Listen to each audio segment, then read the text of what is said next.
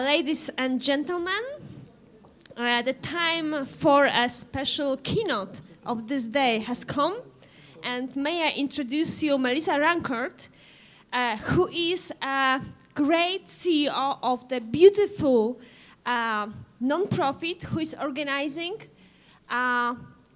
amazing campaign to encourage more girls into science. This initiative is called Greenlight for Girls, and it's supported by Cisco. And I had a honor to participate in the event in Krakow, and it was really amazing. And I'm very happy and proud to show you Melissa. Melissa, come, the floor is yours.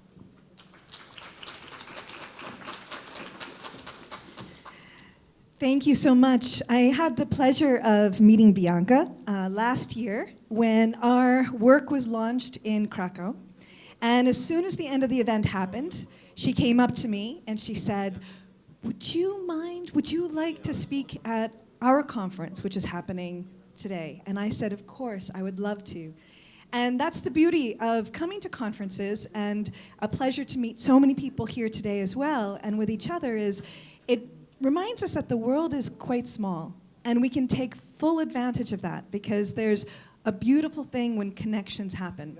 And it reminds me, because when I see my badge and it says Greenlight for Girls, Belgium, and it's difficult for me to put one country next to either our organization or even next to myself. And perhaps some of you feel the same, maybe some who are from one location but maybe live in another. So the word global actually is something I really attach to, not only for who I am a bit, but also for what I do. So I was actually born in Italy. I'm American. I grew up in the US. I went to school in the US. I lived in 10 states. In fact, by the time I was 21 years old, I had 14 permanent addresses. I moved to Belgium 15 years ago, so I've lived in Brussels. And my mother's family is Greek. My father's family is French.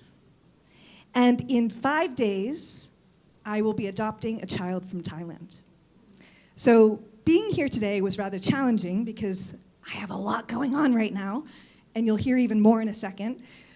But what's wonderful is the opportunity to inspire, the opportunity that maybe, perhaps, you've already been inspired to run off and do something, and maybe by something I might say that might inspire you to do something more. Because it's all about starting with that one person and seeing if you can create a momentum, which I've been very happy to talk about with what we're doing at Greenlight for Girls.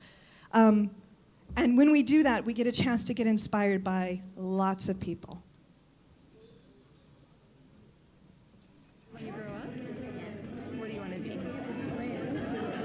You two have a plan. Okay. We have a plan. Business partners. You're going to be business partners, entrepreneurs.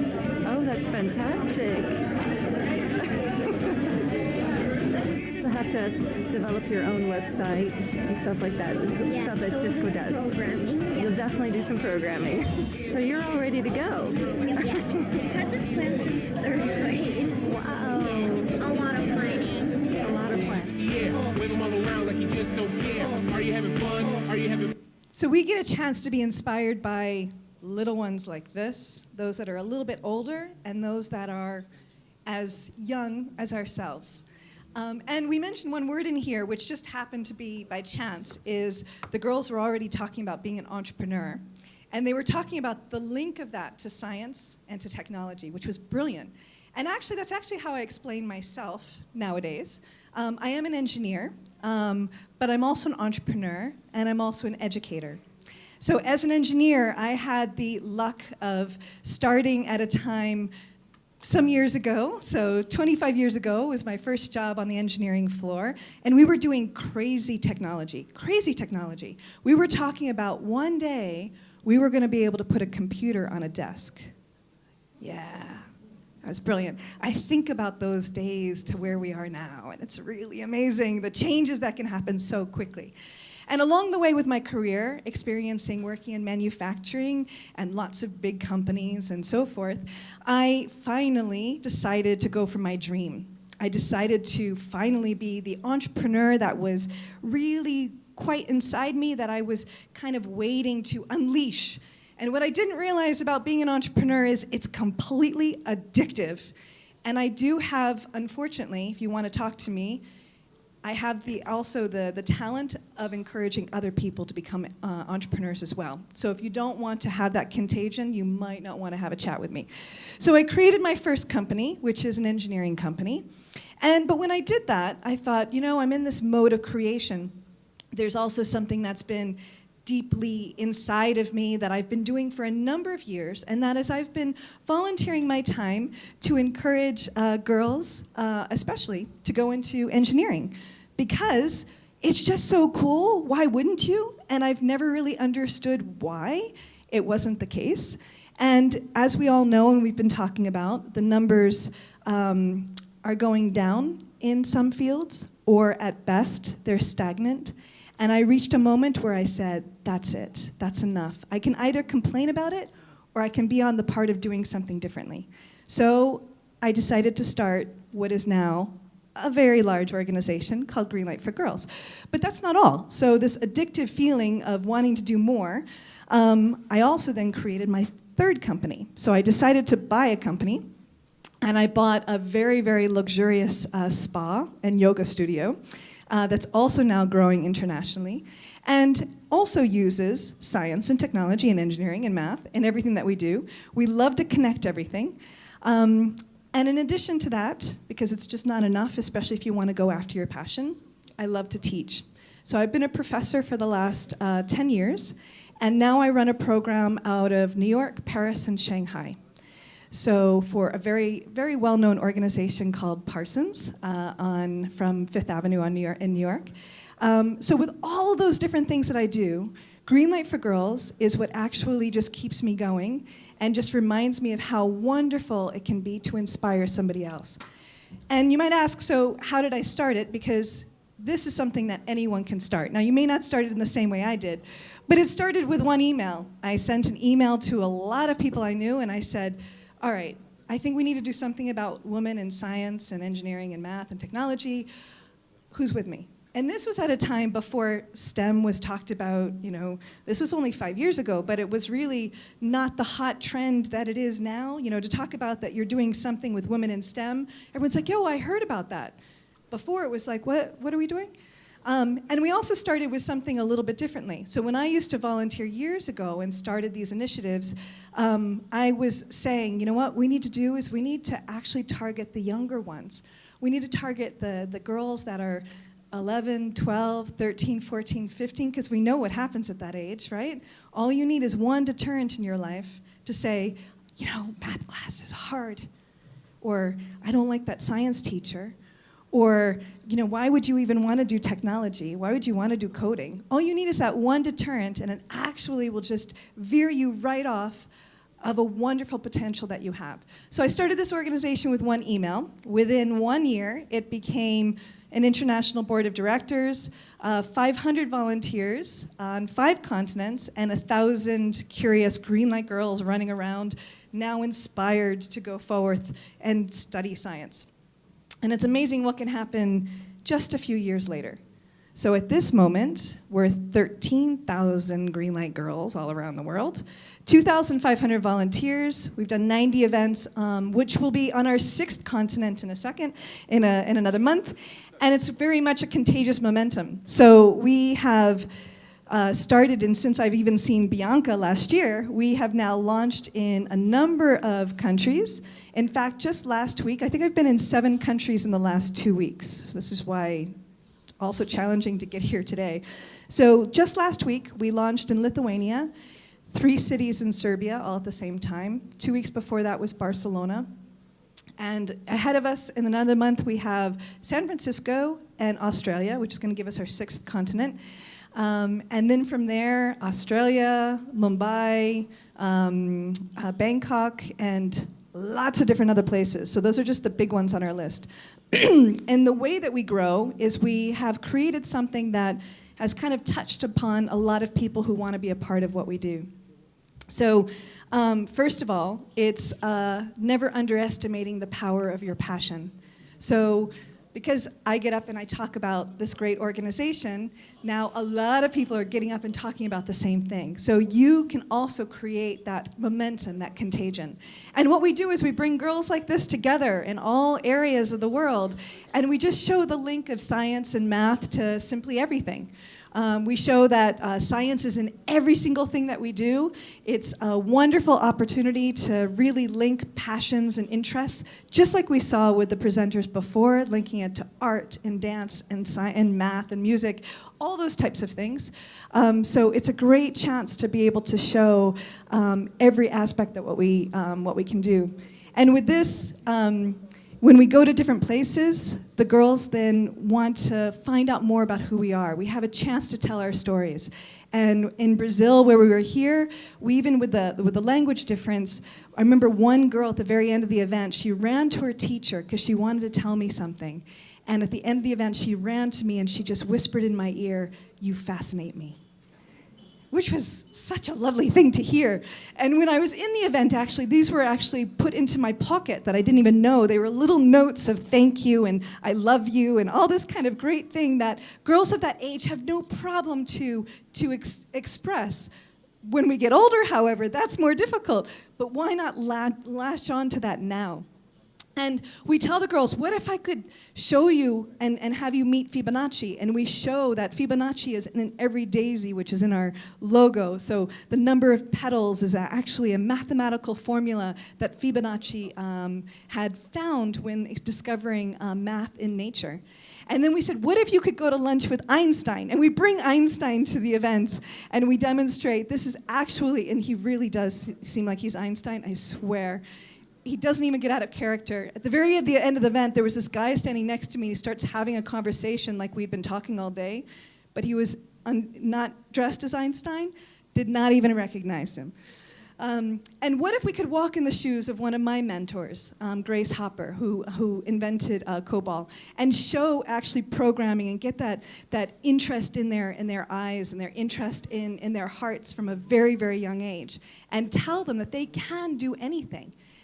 As long as we give them the passion and the place to go to learn.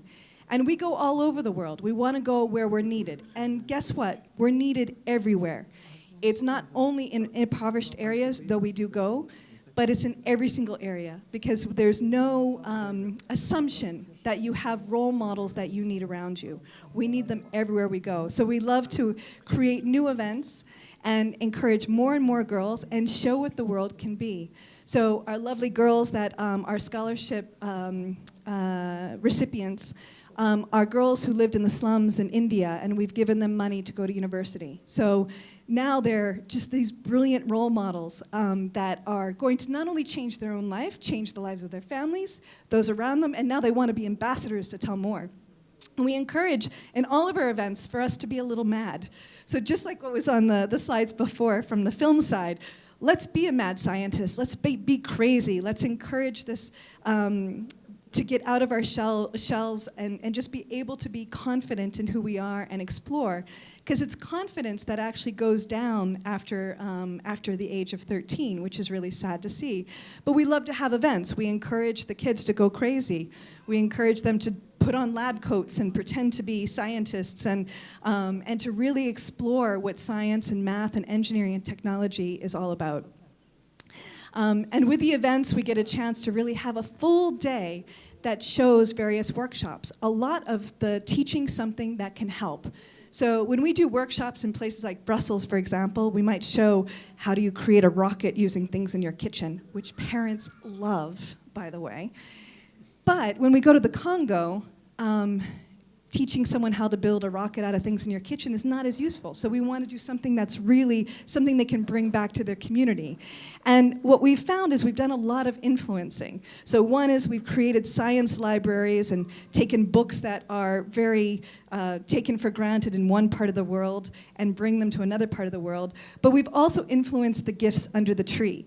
So we often hear parents say, I'm supposed to go get this thing for Christmas and I'm not sure what it is. It's electronic kits and this is the one to get. So we're influencing what the kids want.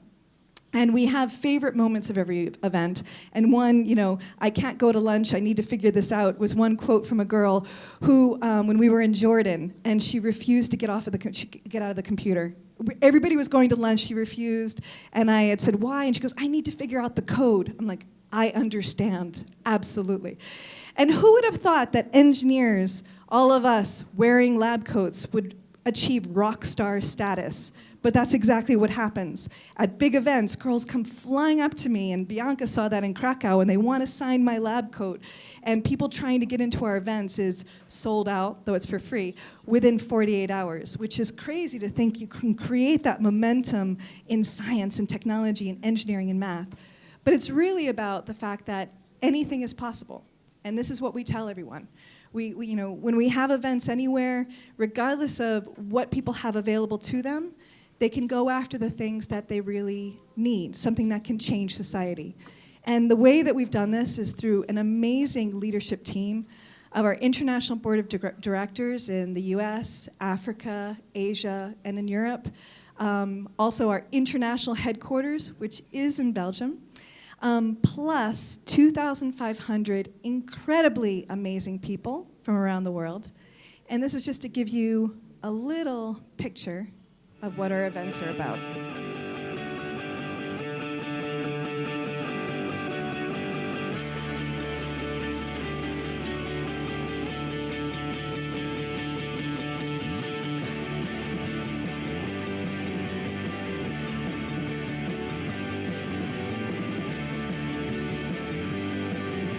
Can you turn up the music?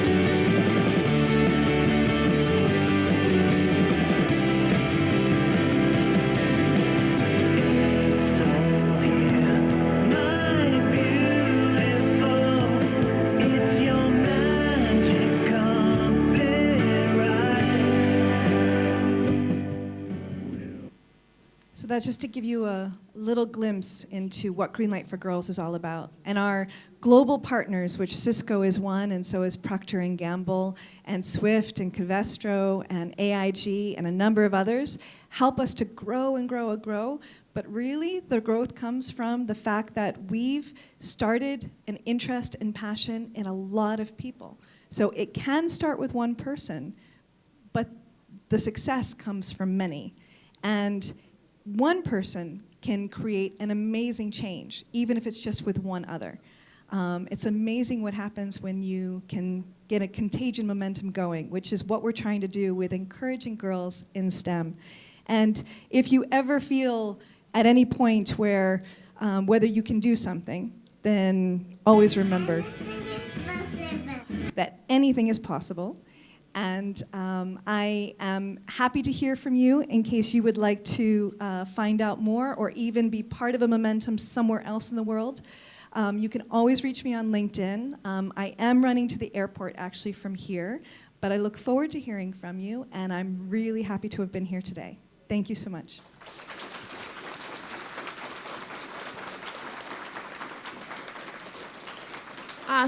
Do you have like 1 minute for a question, or anybody? A question?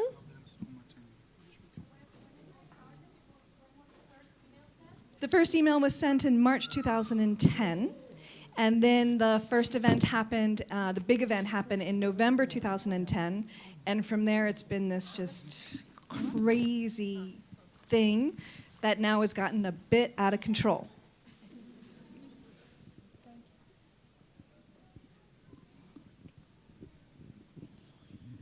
I didn't quite understand. Is it like a camp type of event or an actual school? Yeah, it's a good question. So it's actually, we do a number of things, but the big thing we do is a one-day event, and that's usually what launches something and creates an annual event. So we invite usually between 200 and 300 girls between the ages of 11 and 15 to come to one central place, usually a school, could be a university, could also be a science center. And what we do is we then grab role models from all around, organizations from all around, and we do tons of workshops that just demonstrate how wonderfully fascinating science is and how important it is to the future of anything you wish to do in the future. So we do those big events, and then every time we launch in a new city, it becomes a contagion in the city. And in between, we do a lot of events where we'll go into classrooms, we'll go into companies, we have the science library, the scholarships, and a lot of other things. But it's the big events that we anchor around. So I noticed Poland is one of the countries. So what did you do in Poland, and when, and what were, was it sustained? Has it been sustained since? Yeah, so we launched in Poland last year, was it, Bianca, October or November? September, thank you, Anna. So in September we launched in Poland. We had 150 girls from the city, different schools that came together, and that was the first start. And now we're about to have our next event in Krakow. So basically what ends up happening is, it's always happened since. We haven't had it not happen, but as soon as we have one event, it becomes annual at exactly that same time every year. So it means that our year's completely full, and we just keep on adding and adding and adding. But when starting someplace new, I never have the assumption that, okay, this is now it, we're gonna go. It's usually the girls who actually tell us. So as soon as the event is over, they're like, so when's the next one? And so all the volunteers are going, we just did this one, really? So then they feel like, and then after a couple days, they're ready to then take on the next one.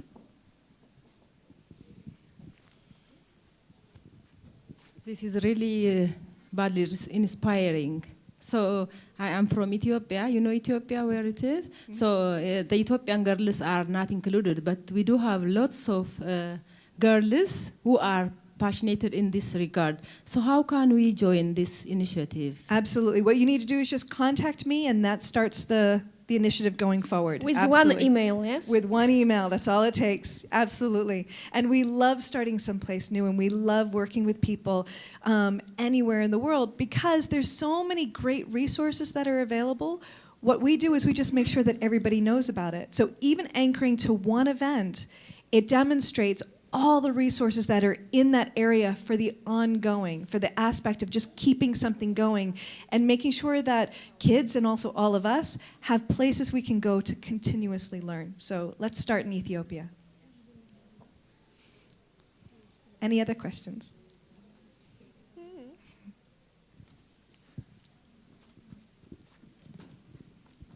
It's not really a question, it's just I'd like to repeat, I'm fascinated. Great, good.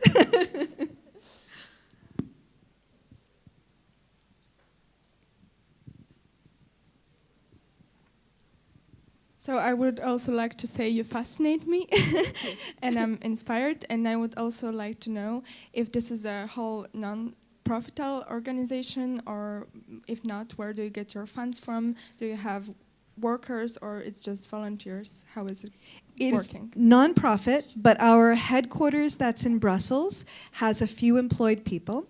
And our dream is that we have that as a bigger initiative that's also more international, that can create opportunities for jobs as well. But the 2,500 people are most definitely volunteers, including myself. And that's actually how the passion keeps on going, because then you can grab people. And the importance, especially if you've had experience working with volunteers, that's not the easiest thing in the world. There's one key secret that I've always used, and that is if someone gives a moment of time, you thank them. So you can't expect anything more. You can't expect too much at all. But then people will surprise you, and they'll just give 1,000% of their energy. But even if someone has just one moment of time, I think it's brilliant, and that's where that kind of momentum of growth happens. But we are a non-for-profit. Our events are funded in a lot of different ways. The first way is through total creativity. Because as an entrepreneur, there's one word that totally motivates me, and that word is no. As soon as someone tells me something is not possible, I will prove, like a scientist does, that it is possible. And one of it is related to funding. So sometimes you might look, how do I do this event? How do I get going? For one, these are events for kids. Bring down your expectations. The most important thing is that the kids are inspired. We don't need the same thing as we do for other types of professional events. And the other thing is this is where we can start getting a lot of ideas from each other. So we do a lot of different things where we'll get in-kind donations. We'll get one organization to donate to another organization, and then that gives us food, for example. There's a lot of different ways to manage it. But in addition to that, then we also have great partners, both locally and globally, who say, I would love to support, here's a little bit of money to make it happen. And we can really do an event at a very low cost, because the most important thing is that the kids have something to eat, which is not underestimated, because in some parts of the world that is an extremely important thing. Plus they're there for all day, so every kid is hungry, right? So we have something for kids to eat. If we have any basic material costs, but even then a lot of times we just donate it. And if we have funding, they get a beautiful lab coat, which is important. And if we have more funding, then they get a really cool notebook that they can take notes, which is really quite funny, because at the very end of the event, I'll ask the girls what they learned in each workshop, because not everyone can see every workshop. Some of our events have like 30 to 40 different workshops happening at exactly the same time. So the girls only see a piece of that. So I have them present what they saw. And it's actually the littlest ones who are the most confident to stand up in front of a group of 400. Amazingly, we need to figure out how to keep that confidence at the age of 10 to where we are now. That's one other thing that's on my list of things to do. Let's figure out how to do that. But one thing they love to do is I'll give them the microphone and they come up to the stage and they'll grab their little notebook and they'll tell you every single step of what happened in the workshop. You're like, okay, so give us the highlights on this one, but they have to go through every single thing they wrote down. So the notebook can be quite fun too. So you can start with basics, and then when you have more funding, you get, okay, we can do something more, and then we can do something more, and then we can do something more. But at the end of the day, it doesn't cost anything to bring a bunch of people together and inspire someone on what your future could be, and especially if that future involves STEM, which gives every possibility in the world. And as an entrepreneur who is an engineer and owns a spa, you pretty much say that's true, These are not the most, normal things that go together, in my world they are. But it does give that possibility. And if you start from that, then funding just becomes possible at that point. Okay, Any other questions? Okay.